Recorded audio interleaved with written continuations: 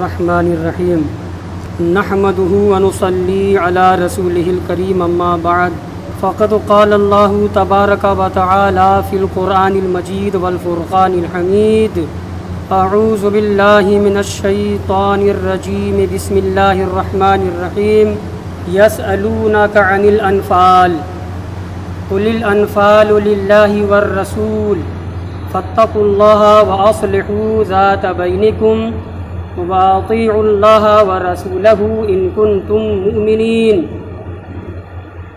إِنَّمَا الْمُؤْمِنُونَ الَّذِينَ إِذَا ذُكِرَ اللَّهُ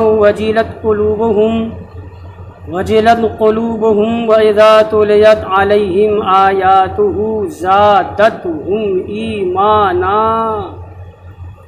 زادتهم إيمانا وعلى ربهم يتوكلون الذين يقيمون الصلاة ومما رزقناهم ينفقون صدق اللہ العلی العظیم۔ اللہ کا بے شمار فضل و احسان کرم ہے۔ پچھلے جمعہ کو سورہ اعراف ختم ہو گئی، آج شروع ہوئی ہے سورہ انفال۔ سورہ انفال کہتے ہیں مدنیتن، یہ سورہ مدنی ہے، مدینہ منورہ میں اس کا نزول ہوا ہے اس سورہ کا۔ ہاں، اس میں 7 آیتیں ایسی ہیں کہ وہ مکی ہیں، مکہ معظمہ میں نازل ہوئی ہیں۔ وہ 7 آیت کا پہلا حصہ یا پہلی آیت ہے وَإِذْ يَمْكُرُ بِكَ الَّذِينَ كَفَرُوا، 7 آیت جہاں ہوگی وہ مکی ہے۔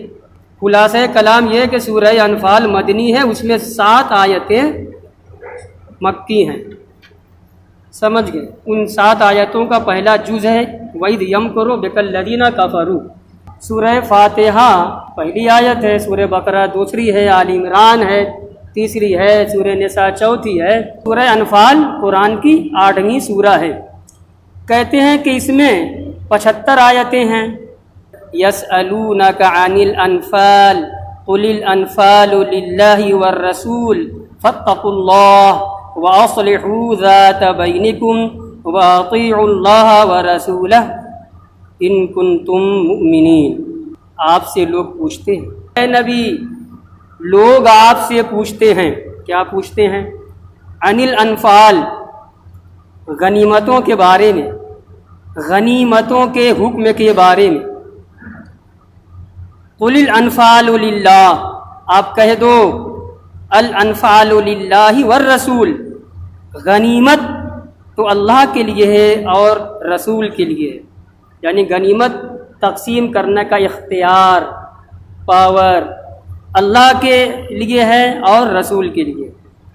فاتقوا اللہ، چنانچہ ڈرو اللہ سے، واصلحوا ذات بینکم، اور آپسی اختلاف کی اصلاح کر لو، واطیعوا اللہ ورسولہ، اور اللہ کے رسول کی اطاعت و فرما برداری کیا کرو، ان کنتم مؤمنین، اگر تم ایمان والے ہو۔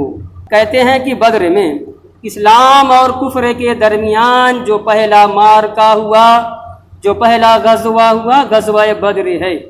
غزوہ بدر اسلام کا پہلا غزوہ۔ پیارے آقا علیہ السلام بنفس نفیس میدان جنگ میں ہیں، رات ہے، کل غزوہ ہونے والا ہے، رات بھر عبادت الہی میں مصروف رہے، اور جب صبح ہوئی اور بڑی رقیق اور بڑی ہی دل دہلا دینے والی دعائیں رات بھر جاری ہیں، سجدہ ریزی ہے رب کی بارگاہ میں، اور بخاری کی روایت تو یہاں تک بتلاتی ہے، سرحد کے ساتھ ہے، آخر میں ہاتھ اٹھا کر کے اے اللہ، یہ مٹھی بھر جماعت اگر کل صبح کام آ گئی، ہلاک ہو گئی، یہ جماعت شہید ہو گئی، تو قیامت تک روئے زمین پر تیرا کوئی نام لینے والا نہیں رہے گا۔ کتنا ڈوب کر کے دعا حضور نے کی تھی۔ ظاہر سی بات ہے، ایک تو غزوہ اسلام اور کفر کے درمیان، اور پھر یہ کہ کاہیں کو رب کائنات ان مٹھی بھر مسلمانوں کو رائے گاں کرتا، کاہیں کو سب کام آتے، انہی سے تو بندگانے توحید لا الہ الا اللہ محمد رسول اللہ کا اقرار و اعلان کرنے والی ان کی نسل چلنے والی تھی، انہی کی کوکھ سے پیدا ہونے والی تھی، یا پھر روحانی اولاد ان کی دعوت و تبلیغ سے ایسے لوگ پیدا ہونے والے تھے، تو کاہے کو رب ہلاک کرتا ہے؟ تو اب ہوا یہ کہ غزوے کے شروع سے پہلے حضور نے فرمایا جو ایسا ایسا کرے گا، جو کسی کافر شخص کو قتل کرے گا، کسی کافر کو اریسٹ کرے گا، قید کرے گا، فلہو کذا و کذا، اس کو یہ انعام ملے گا، اس کو یہ انعام ملے گا۔ کمانڈر ان چیف جو ہوتا ہے، مجاہدین کا جو سردار ہوتا ہے، اس کے لیے روا ہے، اس کے لیے جائز ہے کہ جنگ کے آغاز سے پہلے انعام کا اعلان کر دے، جو ایسا کارنامہ انجام دے گا اس کو یہ انعام دیا جائے گا۔ سیاست ہے غزوے کی، لڑائی کی، اور آج بھی دنیا کے اندر یہ ہوتا ہے، بڑے بڑے حکمراں اعلان کرتے ہیں۔ تو خیر آگے لکھتے ہیں فَلَمَّا الْتَقَوْا، جب جنگ کا آغاز ہوا، دونوں جماعت کا مدبھیڑ ہوا، مسلمان اور کافرین، مسلمین کافرین کا جب آمنا سامنا ہوا، جنگ شروع ہوئی، تو سب کو حضور رسول اللہ صلی اللہ علیہ وسلم کا اعلان یاد تھا، آپ کا فرمان یاد تھا، اور یہ بھی ایک انعام تھا، جو تم میں سے شہید ہو جائے گا اس کا انعام جنت ہے، جنت، موت آئے گی، شہادت کی موت، مرے گا، بلا حساب و کتاب جنت میں جائے گا، یہ بھی اعلان یاد تھا۔ تو پھر کیا ہوا؟ کہتے ہیں جب جنگ کا آغاز ہوا تو وہ صحابہ جو جوان تھے یا جوانی سے کچھ اوپر ادھیڑ تھے، سب نے لڑنا شروع کر دیا، اور وہ چند صحابہ جو بالکل بوڑھے تھے، ان کا کیا کام تھا؟ پرچم بلند کرے رہو، پرچم گرے نہ، اور ایک ڈائریکشن دینا، ہاں ادھر آؤ، ہاں ادھر لڑو، دشمن ادھر، وغیرہ وغیرہ۔ تو اصل لڑائی نوجوان صحابہ نے کی، لڑی، اور جو چند بوڑھے لوگ تھے انہوں نے ڈائریکشن دیا یا فلیگ جھنڈا اٹھائے رہے۔ جب مسلمان جیت گئے، غزوہ بدر کس نے جیتا؟ مسلمانوں نے جیتا۔ 70 کافر مارے گئے تھے، اور بڑے بڑے سرگنا مارے گئے تھے، ابو جہل اسی میں مارا گیا تھا، جیت گئے مسلمان۔ 70 کافرین بڑے بڑے سرداران قریش کام آئے تھے، ابو جہل بہت بڑا سردار تھا، ہر میٹنگ کا سرگنا بنتا تھا، خیر وہ بھی مارا گیا، اور 70 اریسٹ ہوئے۔ اب کچھ مال غنیمت لگا ہاتھ، اب وہ جو ہے نوجوان صحابہ نے کہا غنیمت صرف ہمارے واسطے ہے، لڑائی ہم نے لڑی ہے۔ اب ہنسی میں کہا یا سنجیدہ ہو کر کہا، وہ صحابہ جو بزرگ تھے، ضعیف تھے، چند ہم کو نہیں کچھ ملے گا، ہمارا حصہ نہیں ہے غنیمت میں۔ اور یہ بات تھوڑا سی بڑھی، لڑائی نہیں ہوئی، کوئی نزاع نہیں ہوئی، انہوں نے دعویٰ کیا کہ نوجوانوں نے دعویٰ کیا کہ نوجوانوں کا مال غنیمت ہے، انہیں کو ملے گا۔ انہوں نے کہا اچھا ہم تمہارے ساتھ نہیں تھے، ہم تمہاری سر پشت پناہی کر رہے تھے، ہم جھنڈا اٹھائے ہوئے تھے، ہم تمہارا بھی تو دفاع کر رہے تھے کہ تم پر نہ وار لگ جائے ادھر سے، تو ہمارا بھی تو حصہ بنا۔ یہی اختلاف تھا، اور یہ آیت کریمہ نازل ہوئی، یسألونک عن الانفال، اے نبی آپ سے لوگ مال غنیمت کے مالوں کے بارے میں پوچھتے ہیں۔ اب مطلب یہ ہوا لڑنے کی ضرورت نہیں ہے، کسی کا دعویٰ چلے گا نہیں۔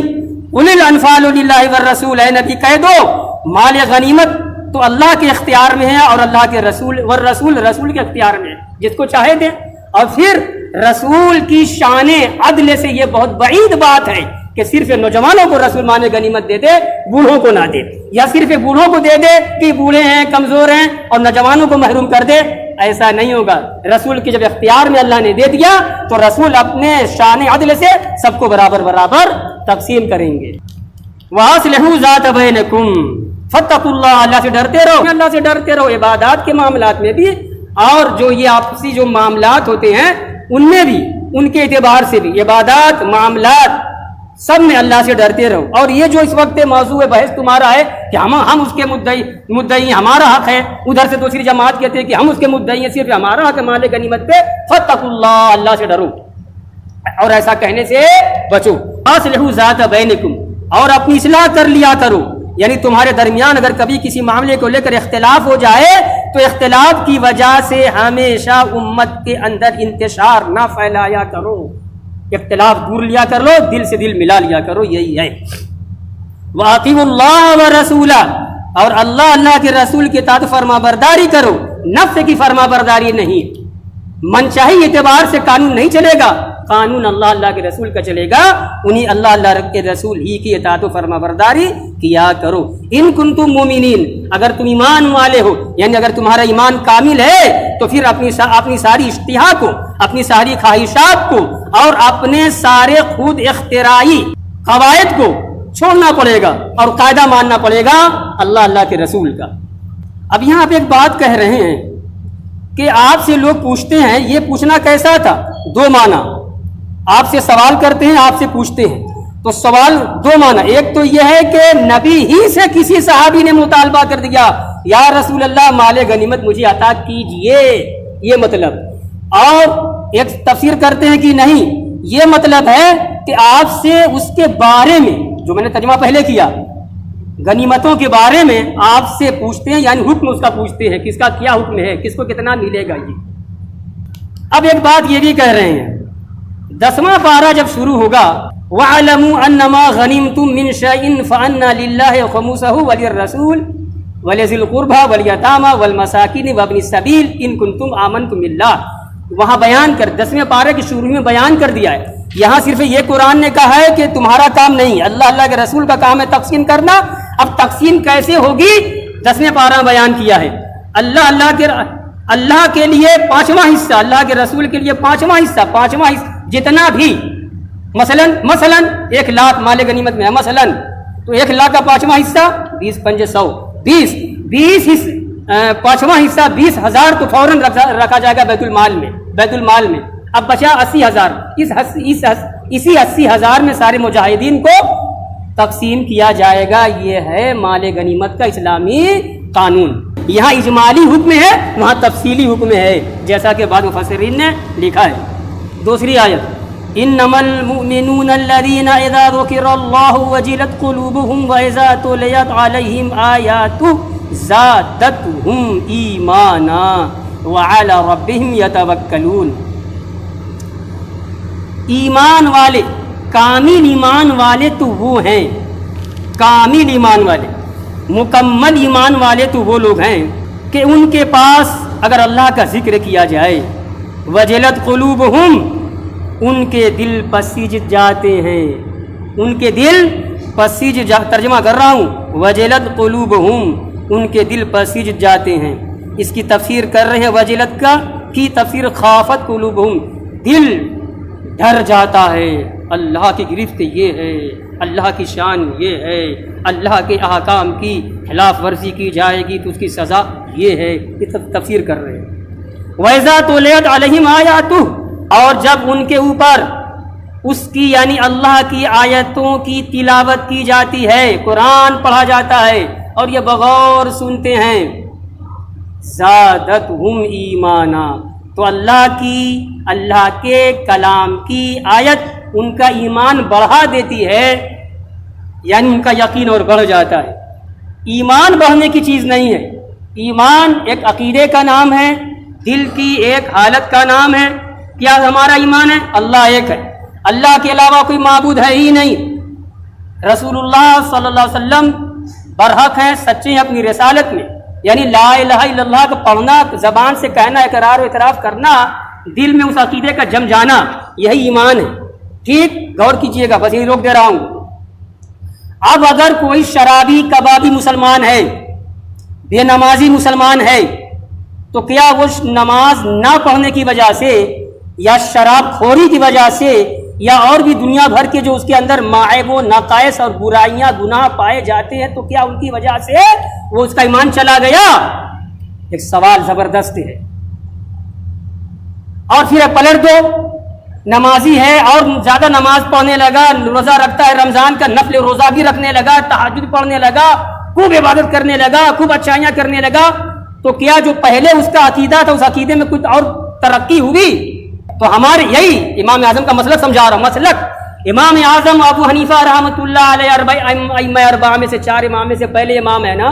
ہم لوگ تو بڑے خوش نصیب ہیں کہ ہمارا امام تابعی ہے، ورنہ دنیا میں جتنے شافعی مسلمان ہیں، حنبلی مسلمان ہیں، مالکی مسلمان ہیں، یہ تینوں اور پہلے ہم حنفی مسلمان، ان چاروں میں کوئی امام تابعی نہیں ہے، ہمارا امام تابعی ہے۔ جس دن ہمارے امام کا وصال ہوا ہے سن 150 ہجری میں، اسی دن حضرت امام شافعی کی ولادت ہو رہی ہے۔ ہم لوگ کے امام بڑے ہو چکے ہیں، جوان ہو چکے ہیں، امام مالک پیدا ہو رہے ہیں، اور چوتھے نمبر پر امام احمد بن حنبل بہت بعد میں آئے۔ کہنا یہ چاہ رہا ہوں کہ ہم حنفی مسلمان ہیں۔ امام اعظم ابو حنیفہ رحمۃ اللہ علیہ نے کہا اگر ہم نفس ایمان کو، جو دل میں ایک عقیدہ ہوتا ہے، اللہ ایک ہے، رسول اللہ اپنی رسالت میں سچے ہیں، قرآن برحق ہے، قیامت آئے گی، سب عقیدہ جو ہوتا ہے، اگر اس عقیدے میں ہم کمی بیشی مان لیں تو ایمان میں کمی بیشی لازم آئے گا۔ سنو میری بات، ایمان میں کمی بیشی لازم آئے گی، اور جب ایمان میں کمی ہوتی ہے تو وہ کفر بنتا ہے۔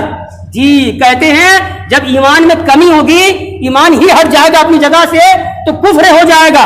وہ فرماتے فتویٰ دیتے ہیں نفس ایمان گھٹتا بڑھتا نہیں ہے، نور ایمان گھٹتا بڑھتا ہے، ایمان کا نور گھٹتا بڑھتا ہے۔ میں نے یہ بات اس لیے چھیڑ دی، یہاں قرآن کہہ رہا ہے جب ان پر یعنی کامل ایمان والوں پر اللہ کی آیتیں یعنی اللہ اس کی یعنی اللہ کے کلام کی آیتیں پڑھی جاتی ہیں، تلاوت کی جاتی ہیں، زادتہم ایمانا، تو یہ آیتیں ایمان والوں کی ایمان کو بڑھا دیتی ہیں۔ یہاں ایمان بڑھانے سے مراد ان کا نور ایمان کا بڑھنا ہے، ایمان کا نور بڑھنا ہے۔ وعلی ربہم یتوکلون، اور وہ اپنے رب ہی پر توکل کرنے والے ہیں، اپنے رب ہی پر بھروسہ کرنے والے ہوتے ہیں زندگی کے سارے معاملات میں۔ یہ تفسیر ہے۔ وآخر دعوانا ان الحمد للہ رب العالمین۔ صرف 2 منٹ